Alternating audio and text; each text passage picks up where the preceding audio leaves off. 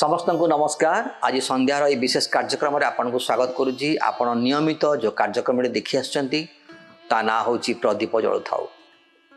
आज गोटे प्रसंग आलोचना करबा। से प्रसंगटी होची ईश्वर को संतुष्ट कलापरि जीवन। आमे ए प्रकार जीवन अतिबाहित करबा जो जीवन ईश्वर को संतुष्ट करे। निज को संतुष्ट कलापरि तो जीवन आमे बंचू। आमे सदाले चिंता करू अन्य मानू केमति आमे संतुष्ट करबा। अन्य मानू संतुष्ट कले लोक मैंने आमको भल कहे। लोक मैंने कि प्रकार आमको भल कहे से चिंता करी आमे निज अन्य मानू संतुष्ट कलापर जीवन आमे बंची था अनेक समय एवं अनेक समय आम निज को संतुष्ट कलापर जीवन बंचू। किंतु वास्तव में ईश्वर कौन चाहती? ईश्वर चाहती ईश्वर को संतुष्ट कलापर जीवन आमे अतिबाहित करूँ। बाइबल गोटे अंश पढ़ा प्रथम थेसलोनिके तार 4 अध्याय 11 पदटी कौन लिखा होची? पुणी तुम्हें मानक दत्त आम मानकर आज्ञा अनुसार तुम्हें माने जेपरी शांति रे बास करी आपना आपना कार्य रे लागिबाकू और निज निज हाथ रे कार्य करिबाकू मर्यादार विषय मने कर एथि निमंते आमे माने तुम मानकू अनुरोध करूछु। मोर प्रिय भाई भणी माने एठारे साधु पाउल जेले से प्रथम थेसलोनिके पत्र लिखुचंती से कौन कहउचंती? पुणी तुम्भ मानकू दत्त आम मानकर आज्ञा अनुसार तुम्हें माने जेपरी शांति रे बास करी आपना आपना कार्य रे लागिबाकू और निज निज हाथ रे कार्य करिबाकू मर्यादार विषय मने कर एथि निमंते आम्हे माने तुम मानकू कौन कहउचंती? अनुरोध करूछु। आमे एक शांत एवं सरल जीवन यापन करबा पई काहेकि हमर लक्ष्य हवा उचित। काहेकि आमे एक शांत एवं सरल जीवन यापन करबा पई आम जीवन रे एक लक्ष्य रखिबा उचित हवा उचित जहाँकि प्रथम थेसलोनिके तार 4 अध्याय 11 पद लिखा जाए।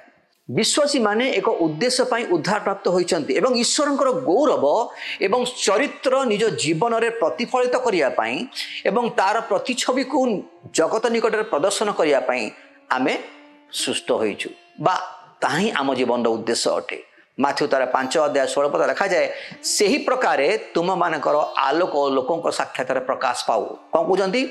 सेही प्रकारे तुम मानकर आलोक लोकों निकट लोकों साक्षात प्रकाश पाऊ जेपरी से माने तुम मानकर सत्कर्म देखी भल काम देखिकी मंद काम नुह आमर सत्कर्म देखिकी तुम मानकर स्वर्गस्थ पितांकर महिमा कीर्तन करिवे।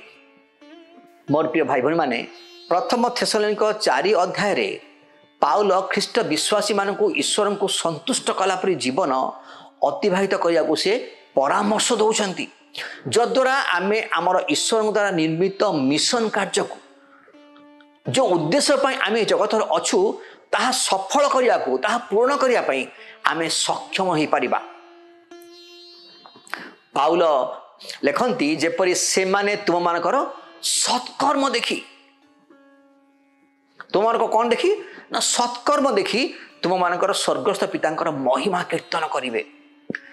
जो माने विश्वासी नुहंती से माने आमर जीवन धारण को सम्मान करिवे। आम जीवन को देखी से माने हमको सम्मान करिवे। मोर प्रिय भाई भणी माने जीशुख्रीष्टंकर सहित मिलन माध्यम रे ईश्वर आमको पवित्र आत्मा द्वारा पवित्र किंबा आध्यात्मिक रूप से परिणत हवा को आह्वान करिसेंती। आमर परिवर्तन यौन श्रृंखला भाईचारा प्रेम भातृ प्रेम परस्पर मध्य प्रेम सृष्टि करवा एवं पवित्र जीवन काटिबा यह ही ईश्वरंकर इच्छा को आम जीवन में प्रतिफलित करवा अटे। यह हूँ ईश्वर को संतुष्ट कलापरि जीवन अटे। एक शांत जीवन यापन करवा होची चुपचाप बंचिबा किंबा आचरण करवा व्याघात किंबा गंडगोल मुक्त जीवन यापन करने सहित ईश्वर जीवन शैली को निज जीवन में प्रतिफलित हवा दबा। पाउल एठारे शिक्षा दी आमको कहते जे विश्वासी मान जीवन शैली शांति एवं विश्राम द्वारा वर्णित हवा उचित। पाउल अत्यधिक व्यवहारिक परामर्श से देउथिला आमको। जब आप बाइबल खोली देखिए पाउल अनेक समय व्यवहारिक परामर्श से आमको दियंती।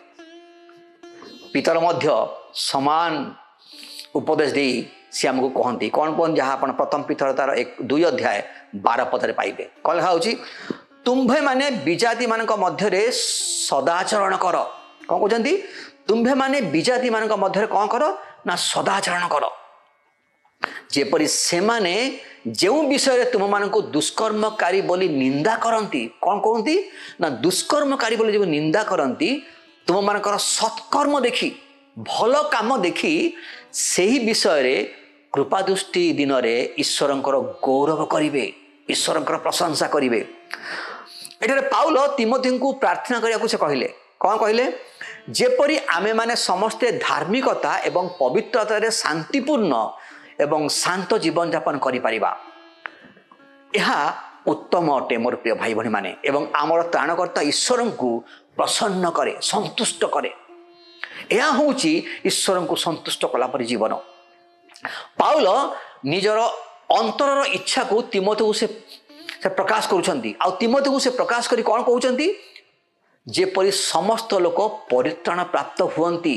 जेपरी समस्ते आमर चतुर्पार्श्व थिबा लोक मान जेपरी परित्राण प्राप्त हुअंती एवं सत्य विषय ज्ञान प्राप्त हुअंती एथिपाई आमे सचेतन हवा उचित। जहाँकि प्रथम तिमोथी तार 2 अध्याय 2 ରୁ 4 पद आपन पढ़िबे ताहले आपन ता पाई परिबे। आमर ऐश्वर्य आचरण आमर साक्ष्य को सीधा सड़क प्रभावित करे मोर प्रिय भाई माने।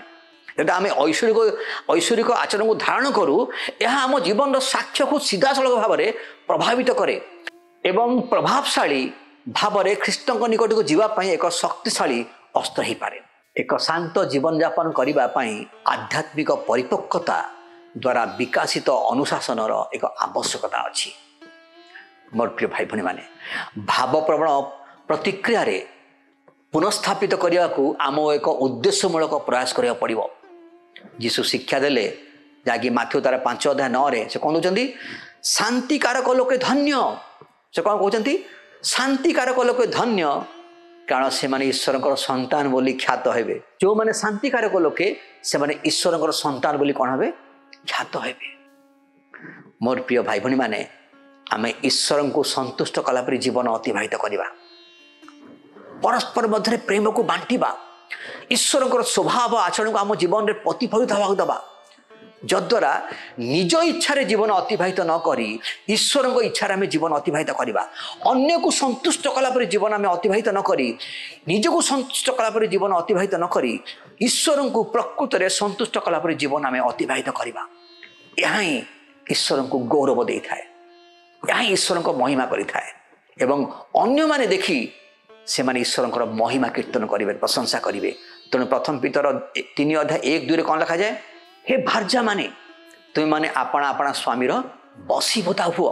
कौन कहते हे भार्या माने तुम माने आपना आपना स्वामीर बसीभूता हुओ जेपरी सेमानक मध्यरु केही केही वाक्यर अनाज्ञा हेले सुद्धा तुम मानकर सदय तुम मानकर सभय तुम मानकर सभय सदाचरण देखी वाक्य बिनु अपना अपना भार्यर आचरण द्वारा परिवर्तित हेबे।